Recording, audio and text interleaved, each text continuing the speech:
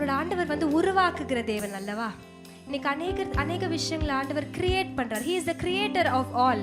He made everything. வானத்தையும் பூமியையும் உண்டாக்குனவர் அவர்தான்.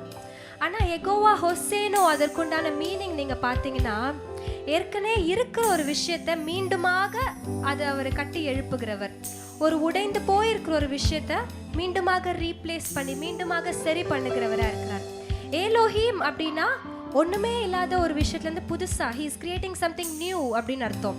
பட் யெகோவா ஹோசேனோ அப்படின்னா ஒரு உடைந்து போயிருக்கிற ஒரு விஷயத்த இல்லை சரி இல்லாத ஒரு விஷயத்த பர்ஃபெக்டா மாத்துறது, கம்ப்ளீட்டா மாத்துறது, ஹோலா மாத்துறது தான் யெகோவா ஹோசேனோ. இன்னைக்கு we are worshiping யெகோவா ஹோசேனோ. இன்னைக்கு உங்களோட வாழ்க்கையில உடைந்து போயிருக்கிற சூழ்நிலைகள், உடைந்து போயிருக்கிற உறவுகள், உடைந்து போயிருந்திருக்கிற எல்லா சீரழிந்திருக்கிற வாழ்க்கைகள் எல்லாம் இன்னைக்கு மாற போகிறது. ஆண்டவர் நம்மை மீண்டும் கட்டி எழுப்ப வல்லமை உள்ளவரா இருக்கிறார். யெகோவா ஹோசேனோ, என்னை மீண்டும் கட்டுகிறீர்.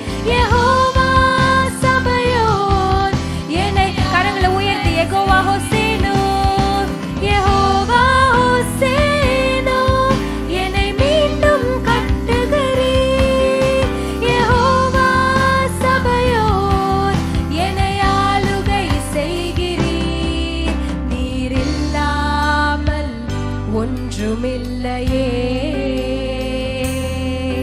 என்னை தள்ளாமல் சேர்த்து கொண்டிரே. கரங்களை உயர்த்தி